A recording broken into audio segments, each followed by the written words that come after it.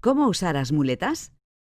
Se necesitas muletas e tes dúbidas de como usalas, atento a estes consellos. Se son dous, deberán estar á mesma altura. A empuñadura quedará ao nivel da cadeira e o cóbado flexionado uns 30 graus. Se estiras o brazo, a empuñadura quedará á altura do reloxo. Ao camiñar, adiantaránse as dúas muletas, poñendo primeiro a perna lesionada entre elas e logo a xa. Se xa controlas, poderás ir alternándoas e se apoias só unha perna, impúlsache cara adiante. Cunha muleta, sempre que estea seguro e estable, coloca a beira contraria da lesión, liseiramente cara afora, para aumentar a base de apoio, e sempre por diante do pé. Atención, escaleiras. En xeral, perna boa ao ceo para subir e perna mala ao inferno para baixar. Con dúas muletas, primeiro sobe a perna xa, logo as muletas e a lesionada á vez. Se non te atopas seguro, sobe primeiro a perna xa, despois unha muleta, a outra muleta e a perna lesionada ao final. Para baixar, primeiro as muletas, despois perna lesionada e a xa ao final. Cunha muleta, sobe primeiro a perna xa, despois muleta e perna lesionada á vez. Ou por partes, xa, muleta e lesionada. Ao baixar, primeiro muleta lesionada e xa.